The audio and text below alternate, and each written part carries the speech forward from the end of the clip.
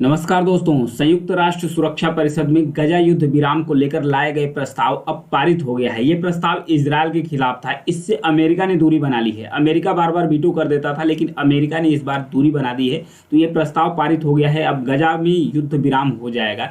इसको लेकर इजरायल का रिएक्शन आया है। इजरायल भड़क गया है अमेरिका पर। इजरायल ने रिएक्शन क्या दिया है?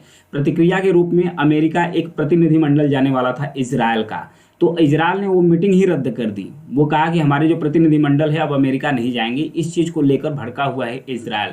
तो आइए समझते हैं कि ये प्रस्ताव जब पारित हुआ था तो अमेरिका ने क्यों दूरी बनाई है, क्यों अमेरिका अपना छवि सुधारना चाहता है। तो आइए समझते हैं इन सारी डिटेल को इस वीडियो में। यूएन में प्रस्ताव लाया गया था। किसके द्वारा लाया गया था? यूनाइटेड नेशन सिक्योरिटी काउंसिल में प्रस्ताव लाया गया था चाइना के द्वारा। चाइना ने प्रस्ताव लाया था। बाकी सारे मेंबर्स इसमें इकट्ठा थे, वोटिंग किए थे, लेकिन अमेरिका इस मीटिंग में नहीं था। अमेरिका यहाँ नहीं था, तो ये प्रस्ताव पारित हो गया था। ऐसे में तो इजरायल भड़का है। इजरायल का कहना है कि ये प्रस्ताव जो लाया गया है, इसमें जो हमास और इजरायल के बीच में जो जंग चल रही है, जो इजरायल के बंधक बनाए गए हैं हमास के पास, जो इजरायली नागरिकों को बंधक बनाया गया है, अब उसे छुड़ाना मुश्किल हो जाएगा। क्योंकि ये कोशिश जो की जा रही थी बंधकों को छुड़ाने के लिए, ये कोशिश नाकाम होगी। अमेरिका जो अपना पहले रवैया अपनाता था वैसा उसका रवैया नहीं रहा। ये अपने रवैये को से पीछे हट गया। जो अमेरिका का रवैया था उससे पीछे हट गया। ये आरोप लगाया गया है किसके द्वारा? जो बेंजामिन नेतान्याहू हैं, यानी कि इजरायल के प्रधानमंत्री हैं, उनके द्वारा ये आरोप लगाया गया है। हालांकि अभी भी जो गजा पट्टी है वहाँ पर 30,000 से अधिक जो फ़लस्तीनी नागरिक हैं, यानी कि जो गजा पट्टी में रहने वाले फ़लस्तीनी नागरिक हैं, उनकी मृत्यु हो चुकी है। अभी भी युद्ध विराम नहीं था। बार बार प्रस्ताव लाया जा रहा था। प्रस्ताव को अमेरिका द्वारा वीटो कर दिया जा रहा था। इस बार अमेरिका ही वीटो बाइकआउट कर लिया, क्योंकि अमेरिका इसमें सबसे बड़ा सहयोगी रहा है। अमेरिका इसमें सबसे बड़ा इजरायल का सहयोगी रहा है, क्योंकि अमेरिका के द्वारा जो इक्विपमेंट है, यानी कि हथियार और आर्थिक मदद इजरायल को दी जाती थी। क्योंकि मैक्सिमम जो जिस हथियार से इजरायल अटैक किया है गजा पट्टी पर, वो अमेरिका के हथियार थे। हालांकि जो आम नागरिक है, जब उसकी मृत्यु हो रही थी तो इजरायल को संयम बरतने के लिए अमेरिका द्वारा कहा गया इजरायल से कि आप संयम बरतो। आप जो आम नागरिक हैं वहाँ पर उन्हें न रोको। जो खाने पीने की जो सामग्री है वो आसानी से जान दो। लेकिन इजरायल कर क्या रहा था? इजरायल यानी कि जो क्रॉसिंग है, यहाँ पर देखिए, एक उत्तरी क्रॉसिंग है, एक रफा क्रॉसिंग है। तो उत्तरी जो क्रॉसिंग है यहाँ पर, इस क्रॉसिंग को जो फ्रेज क्रॉसिंग के नाम से इरेज क्रॉसिंग है। तो इन और रफा क्रॉसिंग है। तो इरेज क्रॉसिंग पूरी तरीके से ये तो इजरायल के अंतर्गत है, मतलब कि इजरायल में ही ये क्रॉसिंग खुलती है। तो यहाँ से जितनी भी सामग्री है, यानी कि जो उत्तरी सीमा है गजा पट्टी की, यहाँ से जितनी भी सामग्री आती थी बहुत कम मात्रा में इजरायल के द्वारा यहाँ पर आने देता था। फिर उसके बाद यहाँ जो रफा बॉर्डर है, यहाँ पर भी इजरायल कंट्रोल करके रखा है। तो यहाँ से भी जो सामग्री आती थी बहुत कम मिलती थी, जो इजिप्ट के अंतर्गत समुद्र के रास्ते इजिप्ट पहुँचाया जाता था। फिर इजिप्ट के माध्यम से गजा पट्टी में जो मानवीय सहायता है और जो खाने पीने की सामग्री है पहुँचती थी।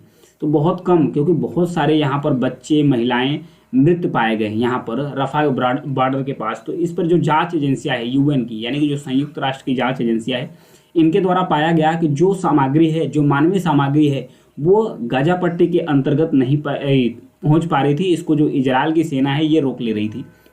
इन सब सारी चीज़ों को लेकर इजरायल, जो बाइडन है, जो अमेरिका के राष्ट्रपति है, उनके द्वारा कहा गया था कि इजरायल संयम बरतो, ये समय नहीं है युद्ध का।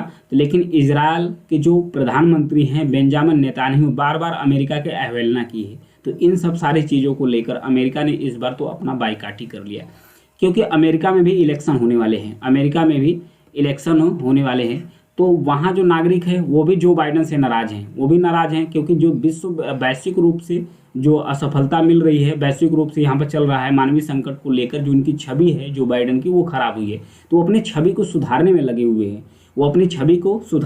हुए हैं कि जब तक अमेरिका की छवि सुधर जाती है तब तक ये बाइकाट कर लिए। हालांकि इजरायल तो पूरी तरीके से चिढ़ गया है। इजरायल ने कहा कि अमेरिका ने हमें धोखा दे दिया है, क्योंकि जो रवैया था अमेरिका का, वो अब उसका रवैया नहीं रहा है, उसके रवैये में बदलाव आ गया है। लेकिन अमेरिका काफ़ी लंबे समय से प्रयास कर रहा था, क्योंकि जब 1948 में जब इजरायल का गठन हुआ था, 1948 में जब इजरायल का गठन हुआ था, तो उसके जस्ट 11 मिनट बाद ही अमेरिका ने इजरायल को मान्यता दे दिया एक देश के रूप में।